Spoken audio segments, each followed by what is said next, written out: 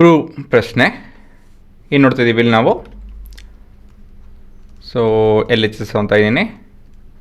So L H S ಅಲ್ಲಿ sine of x plus sine 3x this entire expression divided with cos of x plus cos 3x is equal to tan 2x ಅಂತ ಹೇಳಿ prove ಮಾಡಬೇಕಾಗಿದೆ. So ಇಲ್ಲೆಂಥ formula ಉಪಯೋಗಿಸ್ಬೇಕು ಗೊತ್ತಿದೆ. ಇಲ್ಲಿ sine of A plus sine of B. ಏನು formula ಇದು? 2 times of sin of a plus b by 2 into cos of a minus b by 2 ಅಲ್ವಾ?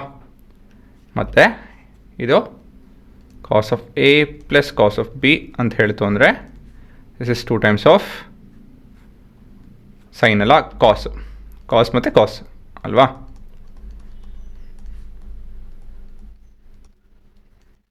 ಹಾಂ, ಸೊ ಇದನ್ನು ಅಪ್ಲೈ ಮಾಡಬೇಕು ಇವಾಗ.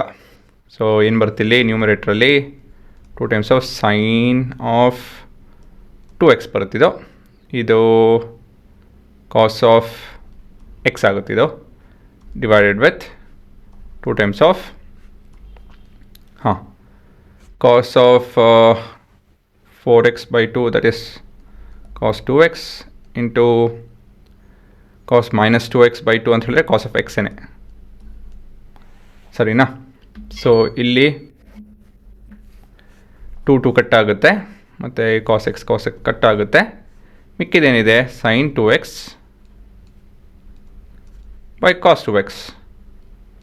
This is nothing but tan 2x and that's nothing but R H S.